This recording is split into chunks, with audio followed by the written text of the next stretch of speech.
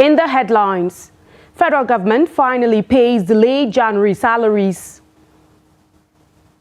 PDP governors urge President Tinubu to urgently address insecurity and cost of living crisis. Naira reaches all-time low against the dollar as volatility continues. On the foreign scene, Niger military leader rules out return to ECOWAS bloc as talks continue. Hello and welcome to the Trust TV News Update at this hour. I'm Aisha Salihu. Thank you so much for joining us. We begin with labor matters, where the Academic Staff Union of Universities has said the federal government is still using the Integrated Personnel Payroll Information System to pay lecturers' salaries.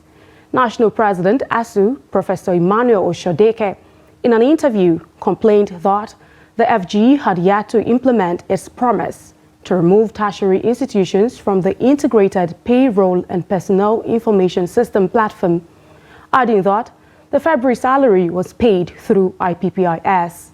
In December 2023, the FG announced that tertiary institutions, including universities, polytechnics, and colleges of education, had been exempted from the platform. The IPPIS, unveiled in 2006, is a government initiative aimed at streamlining payroll for government ministries, departments, and agencies. It was later extended to universities and colleges, but was vehemently rejected by the workers who embarked on a protracted strike in 2020 and 2021. They complained of several irregularities associated with IPPIS. Oshodeke added that none of the union's demands had been fulfilled.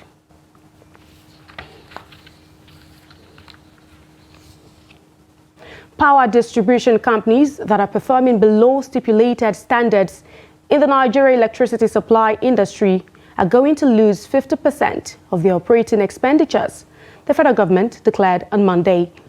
It made the declaration through the Nigerian Electricity Regulatory Commission at the first NESI stakeholders meeting of 2024 in Lagos, stressing that the individual performances of the DISCOs shall be examined on a case-by-case basis going forward.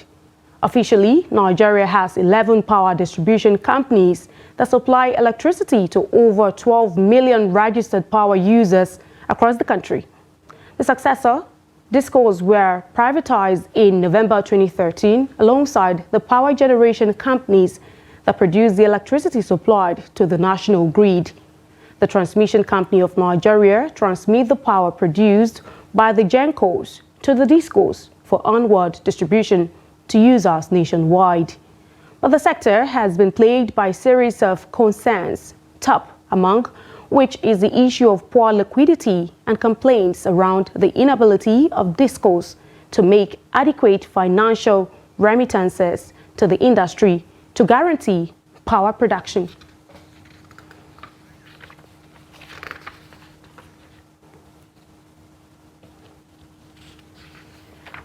Nigeria's First Lady Oluremi Tinubu has appealed to Nigerians to exercise more patience as the president is working hard to address the current challenge the nation is facing.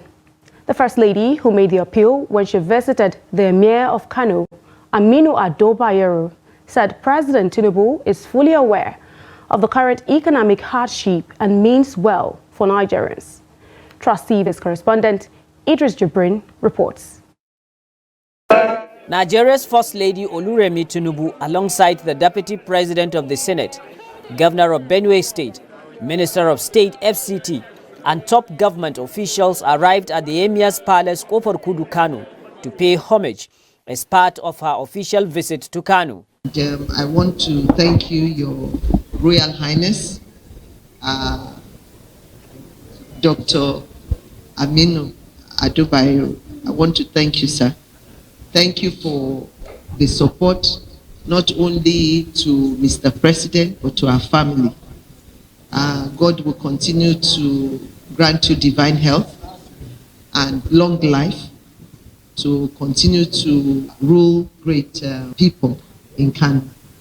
According to the First Lady, her visit to Kano is to carry out some official assignments, but most importantly, to thank the Kano Emirate and the entire people of the state for their support to the administration of President Bola Ahmed Tinubu, despite the current economic hardship, which she says will soon be over. When we did in Lagos, it was a little bit shaky. But Nigeria, I want to assure Nigerians that we are here, we are resolute, we are going to work and make sure that the fortune of this country is turned around. So just bear with us, but continue to assist whoever you can that God has given you, but things will get better by the grace of God, and very soon. For the Emir of Kano, Amina Ado Bayero, the need for the Tinubu administration to rise up to the current challenges of insecurity, poverty and food crisis is very necessary. The Emir asked the First Lady to extend his message to the President that things are tough for ordinary Nigerians, especially in the northwestern part of the country, where banditry and kidnappings continue to threaten both economic and agricultural activities, leading to an unprecedented inflation and high cost of living among Nigerians. I know Mr. President met security challenges in this country, but I am urging the President to pay more attention to the current security problems that we are having, especially in the northwestern part of this country, where banditry and kidnappings have continued to threaten both commercial, economic and agricultural activities. People are suffering, and also there is the high cost of living. Food items and everything have gone far. We are therefore urging the President to find a way of making life easier for ordinary Nigerians.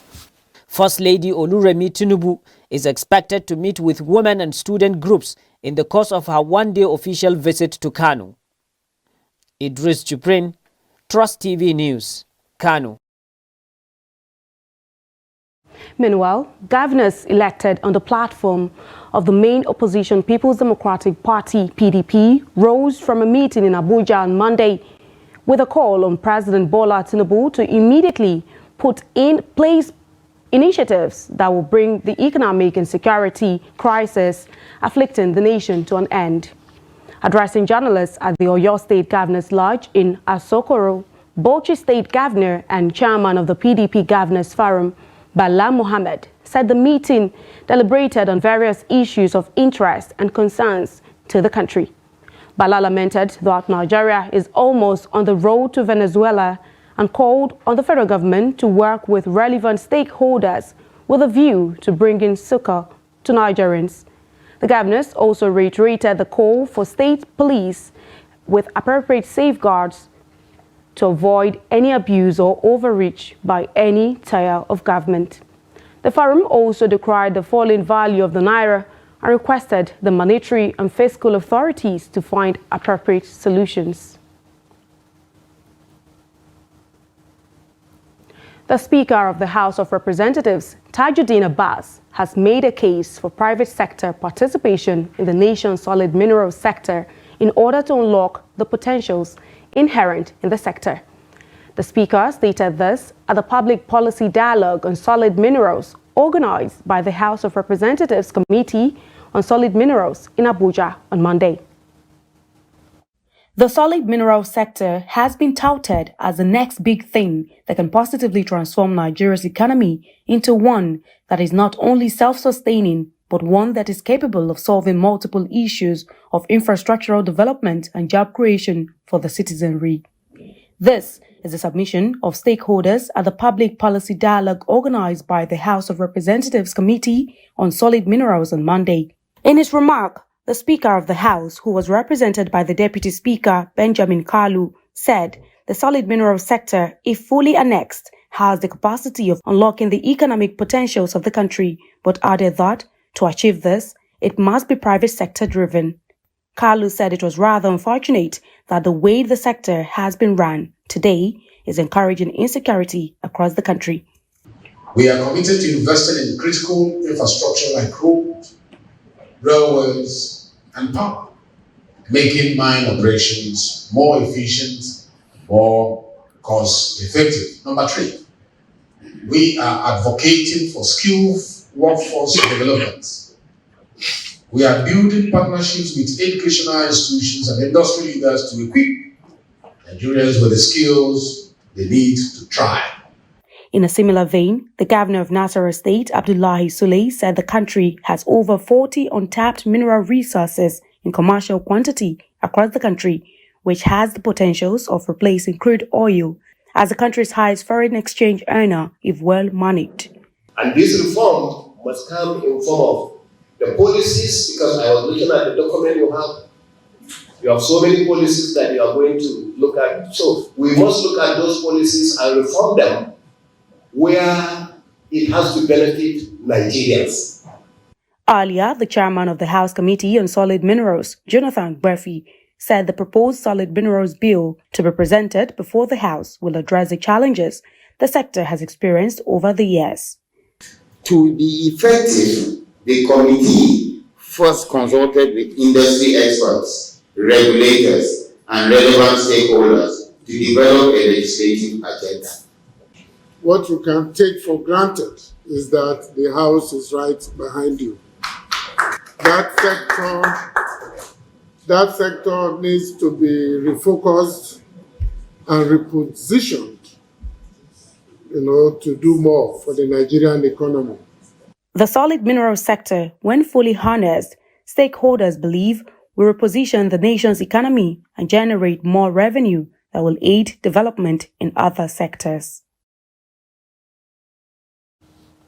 In a bid to fulfill its promises to the people, the Borno State government has reaffirmed its commitment to achieving objectives centered around food security, project completion, and economic development.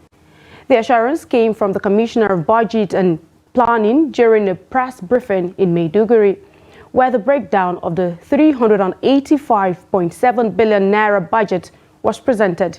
Babagana Malambe, the Commissioner of Budget and Planning, highlighted that the budget already formulated builds upon the 74% achievement rate of the 2023 budget. The Commissioner emphasized that the focus for the fiscal year 2024 will be on critical areas such as climate change, mitigation, human capital development, and the vital tasks of providing quality health, education, and resettling displaced persons to their ancestral homes. Furthermore, Malambe urged ministries, departments, and agencies to adhere strictly to their budgetary allocations and avoid overspending.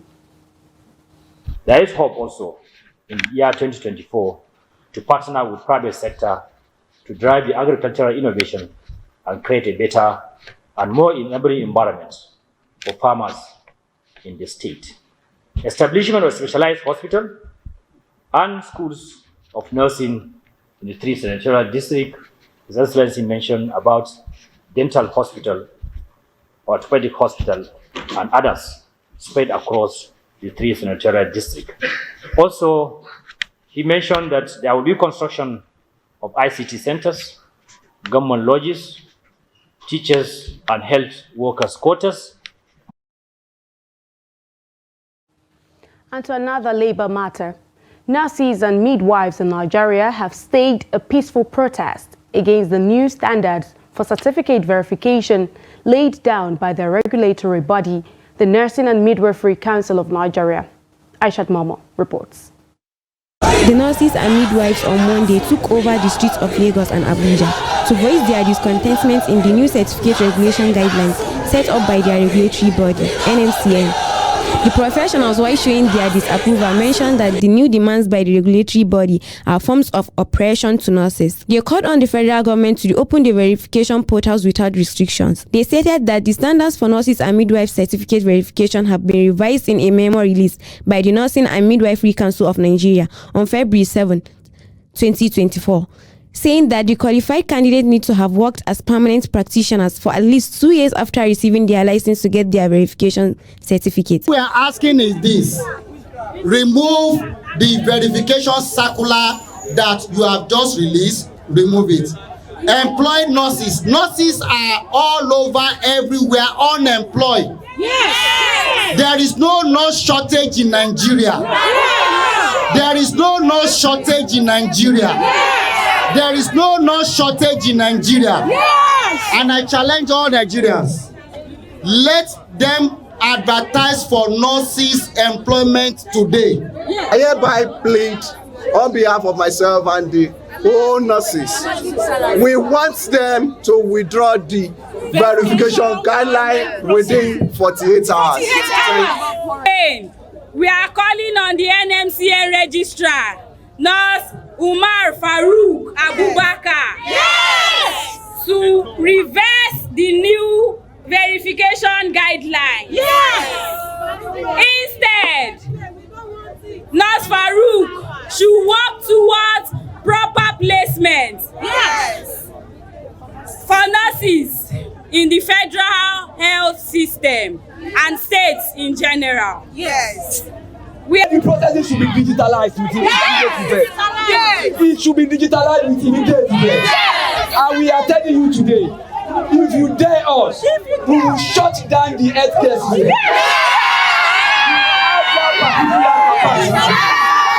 The nurses concluded that if after some weeks there is no positive response from their regulatory body, they would be forced to take their next action, which would include a nationwide strike.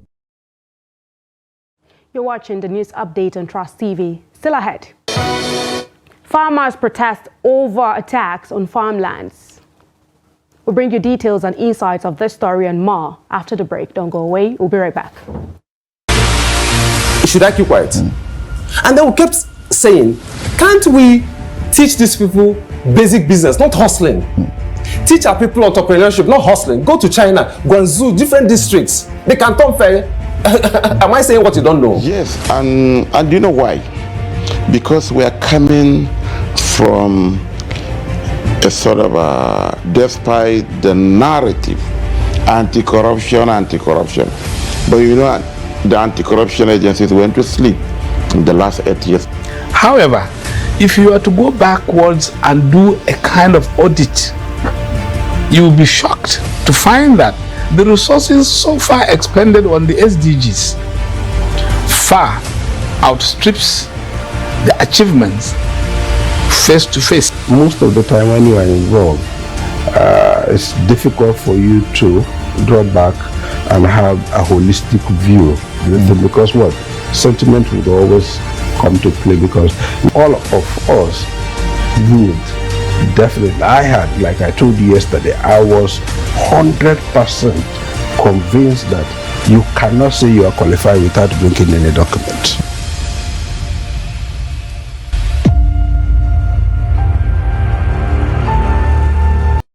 Welcome back, and thank you most kindly for staying with us. But if you're just joining us, this is the Trust TV News Update. And now let's take a look at a recap of some of our top stories. We told you that federal government finally pays delayed January salaries.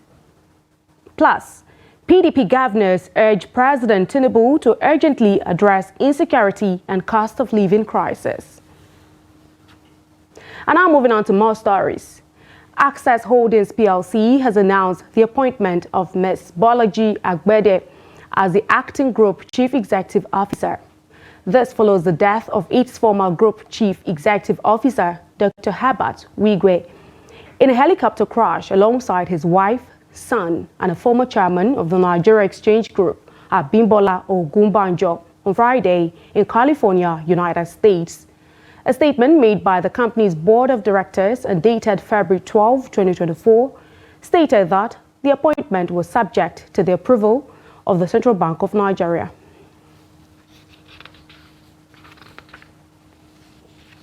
Farmers at Kajola village in Osun State have called on the state government to rescue them from herdsmen destroying their farms.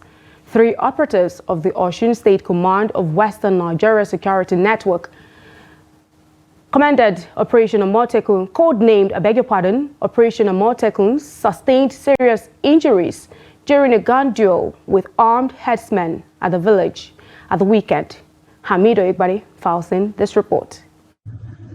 The problem of incessant clashes between farmers and herdsmen is rampant in Osun State over the years.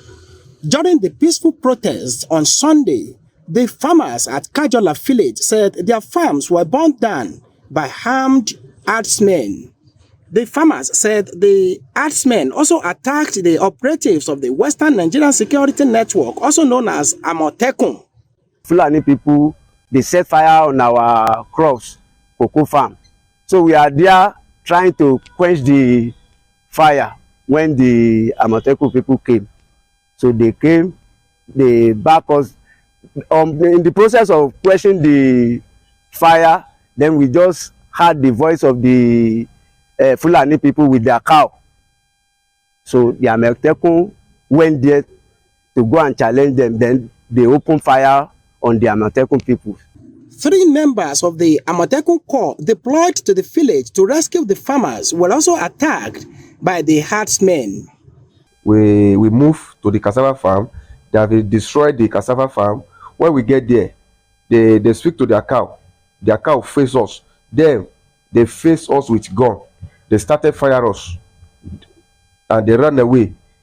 When they are firing us, with their cow, their cow attack my people. And even me, you can see. The farmers expressed gratitude to the Osun State Command of the Amotekun Corps for the prompt response when they called for help.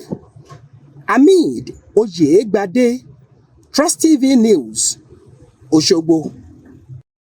In business, there appears to be no end in sight to the lingering foreign exchange crisis as dollar crossed over 1,500 naira at the official market. The dollar closed at 1,534 naira 39 kobo at the official market on Monday, according to the FMDQ data. This is the first time the dollar would be exchanging at over 1,500 naira since the crisis, putting more pressure on businesses and importers. This is despite the several measures and interventions by the Central Bank of Nigeria aimed at stabilizing the market. However, local currency has defied all the interventions and continues to depreciate against the foreign currency. Already, the impact of this could be felt in several sectors, with Nigerians experiencing alarming inflation and increased food prices. Despite the dollar exchanging at 1,534 naira at the official market, it has stabilized at the unofficial parallel market exchanging between 1,450 naira and 1,500 naira. On the foreign scene, the head of military junta in Niger Republic, General Abdurrahmani Tichani, has vowed that none of the 3 Sahel countries would rejoin the regional bloc economic community of West African states. General Tichani made the vow in an interview he granted to RTN News channel in capital Niamey Monday. The military regimes in Burkina Faso, Mali and Niger, January 28, announced their immediate withdrawal from the West African bloc, ECOWAS. The leaders of the 3 Sahel nations issued a statement saying it was a sovereign decision to leave the economic community of West African states without delay. He said just because the 3 countries are members of the bloc, food and medicine supply was cut off. Power was also cut off, and their financial resources have been frozen. General Tichani further said the tripartite group consulted international friends in the Sahel on exiting the bloc to better the life of our citizens. Responding on the consequences of its withdrawal on security, trade and socio-economic activities, he said, now the world is a global village, saying God will feed every human he created.